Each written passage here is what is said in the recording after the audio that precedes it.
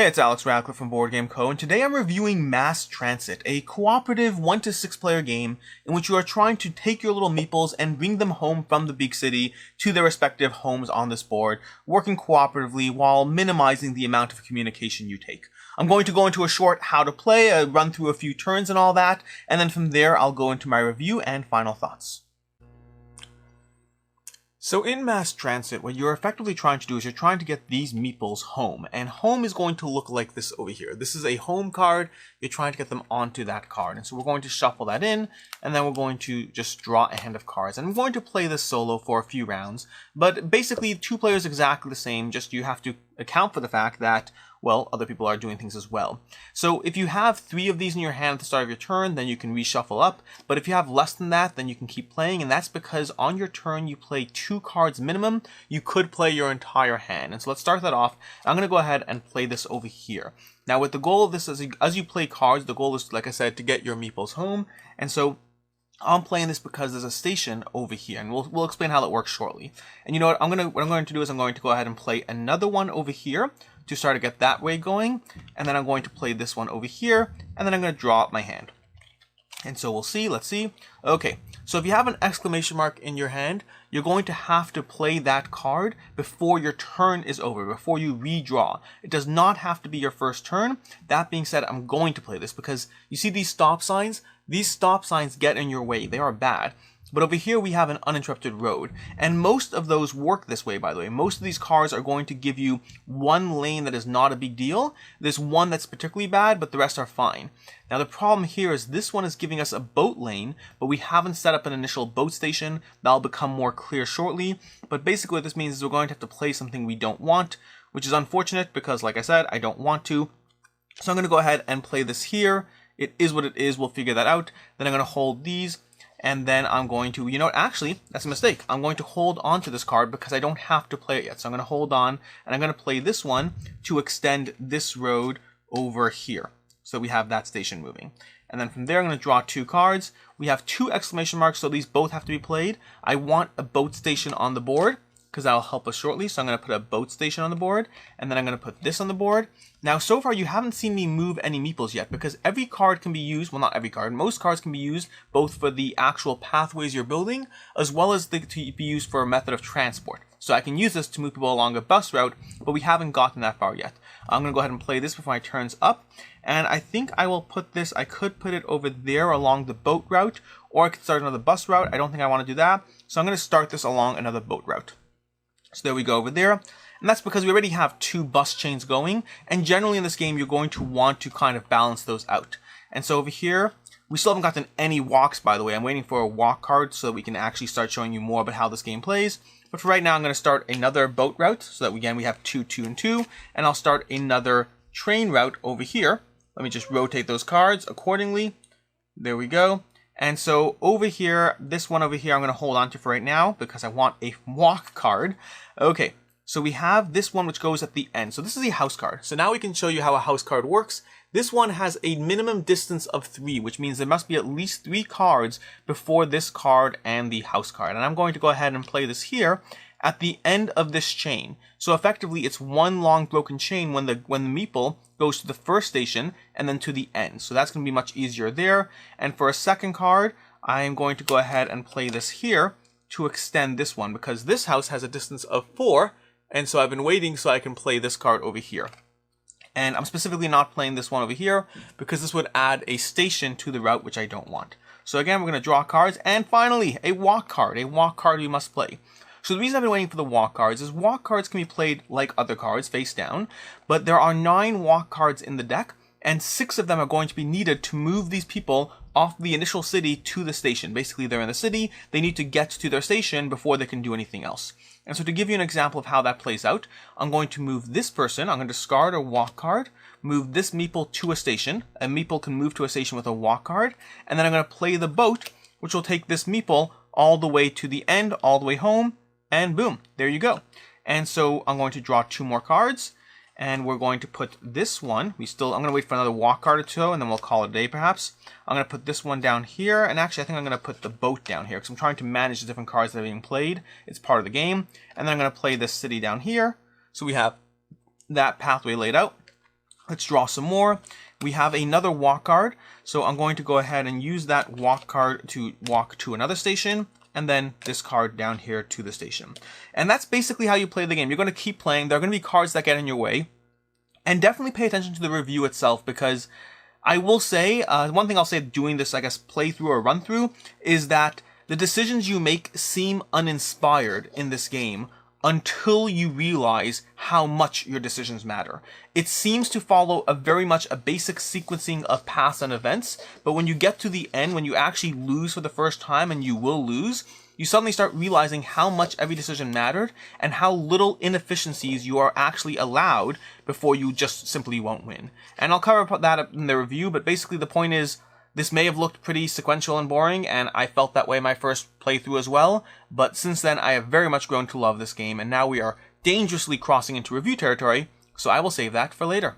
So that's Mass Transit. It's very simple in its execution, and honestly, and I'll get to this in the review part, but the actual playing through of the game, the rules and process, I don't think it really rings home until you have gone through your first game and lost. And the reason I say that is because the game looks like there's nothing to it. You just play cards, but what you didn't get to see is if I run through this deck, which I will eventually, we lose. It's over. We run out of cards, we can't make it home, and the game is done with. And that will happen in this game multiple times. I have played this game, I think, 10 times now, and I have won it once, which, by the way, means that the publishers who watch this review are like, won it 1 out of 10 times?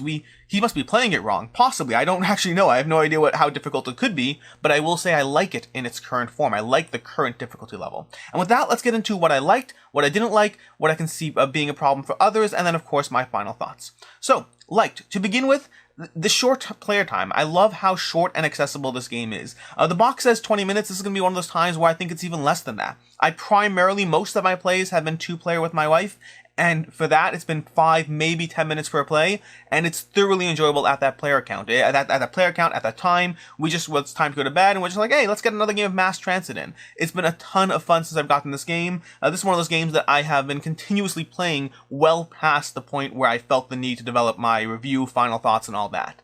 Secondly, and I covered this already, I like the fact that the game is hard. The game, if it were easy, I think would be too simple. I think it would just be a process of just playing cards and moving on with it. The fact of the matter is, in order to actually beat this game, you have to go through multiple plays to try to figure out what's the ratio of cards in the deck. When can I afford to play this card? How many missteps can I afford to make? What about those yellow cards? Will they completely screw me over, or will I be able to play this one in a strategic way? Should I be playing all the cards in my hand or holding on to a few in case my other player plays a few cards that set me up poorly and I need to figure out what to do?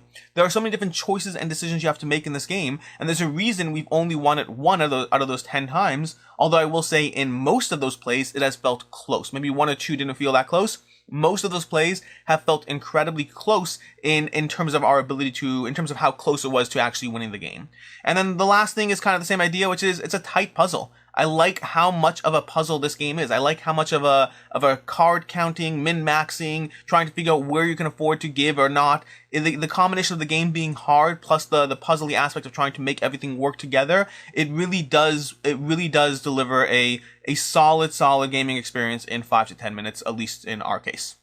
In terms of what I didn't like, really just 2 things, and one being far more superficial and the other being more of a big deal. The superficial one is I don't like the art in its current form, and this is a good time to note this is a prototype. I have no idea what the final production will look like. I don't know if they're sticking with the art, changing the art. This is a prototype review. All components are subject to change, gameplay subject to change, all that stuff, and so the art in its current form feels kind of meh to me. Now, I've gotten used to it, I'm kind of past it, and I like the puzzly experience enough that I don't feel the need for anything more, but it certainly was a detractor, at least initially. This is not a game I would have ever really picked off the shelf, especially not once I saw the components. I am happy that I got the opportunity to play it, because I really enjoy this game, but it's not one I would have picked up initially. The second one is more of a serious negative because it will affect the longevity of my collection, which is there's no variation to this game whatsoever. The game is exactly the same every single time you play it. I almost wish there were a promo pack, events, even just a set of challenges would be nice. Even just a card with like, here's 15 challenges, win while only playing with 6 blue cards, only use 6 walk cards and no more, and 6 walk cards would be the minimum number of walk cards you would need. Even just challenges would mix it up a little bit, although not a lot. It would give the appearance or the feel of mixing it up while actually keeping things the same. But maybe, I don't know, maybe a few event cards. I don't really know what there could be, and I know event cards are kind of a crutch as far as variability, but ultimately the game does play the same every single time. Now, I haven't minded it yet, but it's certainly a factor in terms of figuring out how long this game will stay in my collection, and I'll get to that during my final thoughts. Longevity of a game is something that I plan on adding to my reviews moving forward. And finally, in terms of the category of what I can see others not liking, this is a much larger category. For me, I like the game, plain and simple. I covered a few things, 1 or 2 complaints, but the what I can see others not liking is a bigger category. And to begin with, there's no memory in this game, but this very much is a tracking game. If you want to win, you will have a better chance of winning if you are tracking. Okay, we've played 6 of the bus cards, we've played 3 walk cards, we can afford this many missteps. There's a lot of tracking that will go on in this game if you are playing optimally. If you're just playing casually and just trying to figure it out, no problem. But if you want to play it optimally and beat that puzzle, there's definitely going to be tracking in the game, and that might feel tedious, it might feel like work. For ourselves, it's minimal enough, like I don't need a sheet of paper, I don't need any of that. It's just a basic understanding of the card distribution in the deck, which is not complicated, and then just paying attention when it's time to play those cards towards the end game. But it's certainly something that I can see being a turnoff for others. Secondly, the order of the card draw, the luck effectively, can certainly be a big factor in how difficult this game is. The game will range in its actual difficulty, but if you draw cards in a better order, or order that is less negatively impactful to your turns, even just your starting hand and whether you have the correct stations or just a handful of yellow cards, those things will certainly play a part in how difficult each game plays out, and it can be a factor in terms of other people not enjoying it and feeling like, well, I got a bad opening hand, do I restart and feel like I cheated, or do I just play a bad opening hand and waste 5-10 minutes? I can see it being something that others would not enjoy. For me, not a big deal. Luck is a part of games and just not a big deal for me. Speaking of which, in terms of difficulty modifiers, there is no difficulty modifier in the game either. Now, this is something that I can see being easily remedied, which is why not a problem, but if you find yourself actually beating the game more than 1 out of every 10 times, you can probably solve that by just taking out specific cards before the game begins. You know, take out a bus card that doesn't particularly hurt you, and just shuffle up the deck and try that again. You can do that with probably 1 of each of the primary colors. Take out 1 blue, 1 red, one train, 1 bus, and 1 boat card, and pull those from the deck, and suddenly the game will be more difficult. I guarantee you that. So you can certainly make the game more difficult through the removal of certain cards before the game begins, just to make it a tighter engine. But past that, there's no real difficulty modifiers. That's just my own homebrewed, I guess, decision to hypothetically up the difficulty if we actually start beating it more. Next up from there, we have no talking. And this is one that it's not that there's no talking, it's that the talking in this game, the communication in this game, similar to the game, is very limited. You can't actually communicate exactly what you want to do. You can't say, don't do this, don't do that. You could say things like, oh, I want to go on a train ride or something like that. You can do vague statements. For ourselves, once you introduce vague statements, I tend to not be a huge fan of that. I don't mind talking or not talking. I don't like the vagueness of trying to hint at what you're doing. I'm not as much a fan of that. But the idea of not talking can be a problem for others, in terms of if you think that's a flag for you, if you've played the Mind, if you've played the Maze, if you've played any of these games that limit the communication and you don't like that, honestly, I still recommend getting the game and just playing with talking. It will not significantly impact your enjoyment, and in fact, the solo mode would be exactly the same level of difficulty, because in the solo mode, there's no difficulty modifiers to change the fact that you are communicating with yourself, so it really is not something that I think is a big deal. If you don't like the no talking, just play with talking. It will not ruin your experience. It's not like the Mind, where playing with talking would completely destroy the game. And lastly, speaking of solo, the solo mode is a drop easier because of that. If you are playing it solo, you don't have to worry or think through what your opponent is going to, not your opponent, your teammate is going to do. You don't have to sit there and try to figure out, do I have to hold a card in my hand in case they finish that route and I can no longer play a card? And so the solo mode is a drop easier, and the reverse is true as well. Playing with too many players is a drop harder. Playing with like 4 or 5 players would be, and you can go up to 6 in this game, is a drop harder. I would recommend, honestly, the sweet spot of this game being 2 to 3 players, but that your own opinion may vary on that. Which brings us to my final thoughts. I really like this game. Mass Transit has been a huge surprise hit in my house, along with one of the other games from the Calliope Games bundle. This is a good time to mention this game is going to be on Kickstarter very shortly, so you can check it out there. There's a 3-game bundle. It is Mass Transit, it's Enchanted Plumes, and Allegory. Allegory. And from those, Mass Transit has definitely been a complete surprise hit. I did not expect to like this game as much as I do, and it's just been thoroughly enjoyable. Like I said, it's a short playtime, a tight little puzzle, very reminiscent of the game, although it's shorter than the game, which I like, and it's better at 2 players than the game. The game I enjoy more at 3. Mass Transit I find perfectly fine at 2. The third player is fine if someone's there, but it doesn't add anything to the actual game experience. Mass Transit is an excellent game that I highly recommend, and I'm super excited about it. As far as the longevity, and this is something I said I'd talk about, the longevity of the game is going to be very similar to the game. And for those who don't realize, the game is the name of another game. There's a game out there called The Game that has a very similar feel to Mass Transit, in which you're playing cards in sequence until you can basically get rid of those cards. The actual execution in the two is slightly different, but they very much do give me a similar feel, including in the longevity of both of these games. What I mean by that is both of them, because of the fact that they are effectively the same every single time, I constantly wonder at what point will I have played it enough that I look at my shelves and say, you know what, Mass Transit, it's been fun, it's time to move on. So in theory, that lack of variability could make this something that leaves my shelf at any given point. In practice, because of how accessible and short it is, and also small, because of how small it is and will fit on one of my small box game shelves, because of that, I think this is a game that will stick around for a while. But if you want to know more about that, just subscribe to the channel, where you will see my monthly updates of every single game that leaves my collection. And that is basically Mass Transit. I highly recommend checking this one out. I have thoroughly enjoyed playing it, which I've said a few times now. I am Alex Radcliffe from BoardGameCo, and until next time, I hope you have a good one.